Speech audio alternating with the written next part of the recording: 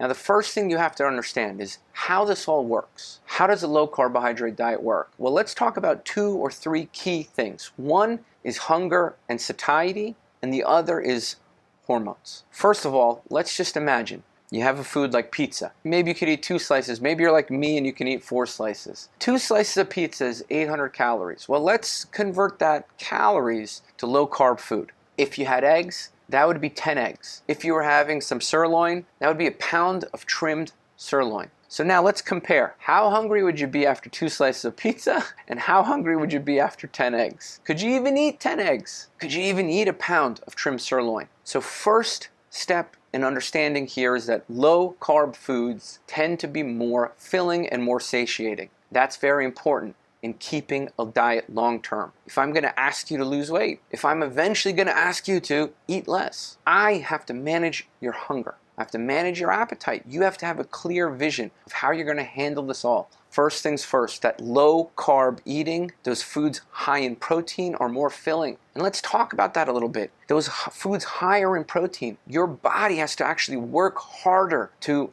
take that protein and use it as the building blocks of your body. And that process is called thermogenesis. And what that all means is your body has to work about 25% as hard to digest protein and use it as energy than it does carbohydrates. So when you're eating low carb and you're having more protein, you can actually eat more and burn the same amount of calories, which is an important advantage that low carb eating has. Those foods higher in protein are going to be harder for your body to work, and it's going to take your body more energy. And if you are hungry, being able to eat more, if your appetite is high, being able to eat more foods that are low carb and high in protein is an important advantage. So that first concept I want you to understand is that the food is filling. And not only is the food filling, you can literally eat more of it because your body burns proteins less efficiently. Your metabolism has to go up by 20 or 25% through a process called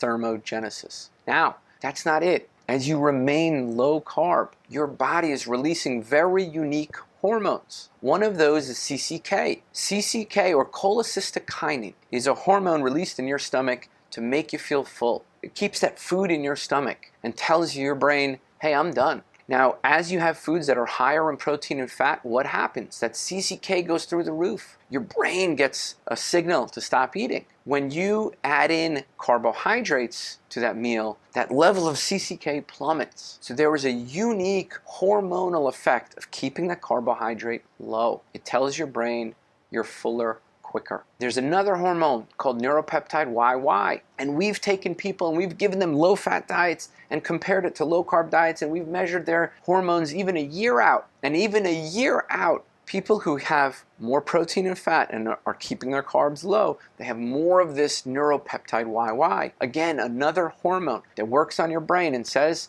you're done eating. If I gave you these hormones in front of a buffet, CCK and neuropeptide YY, you'd eat about 30% less. They have an effect. And we know that low carb eating preserves this effect. Now, the minute you reintroduce carbohydrates, those hormonal effects go down. Here's the key part. As you lose weight, your body is going to try to find ways to get you to eat. It's a natural built-in defense that your body has. And one of those hormones is ghrelin, the hunger hormone. Now, as you lose weight, those ghrelin levels typically rise up. But if you remain low carb and your ketones are high, we know that your ghrelin will actually be suppressed. So a ketogenic diet over the long term suppresses those increases in ghrelin. This is important because over the long term, we want to manage your hunger. These are very, very key and unique things. The last thing I want you to know is, let's say I give you a meal and it's just protein and fat, and we measure your satiety hormones. We see that your satiety hormones are through the roof. And now if we add carbohydrates to that meal, we've done the studies.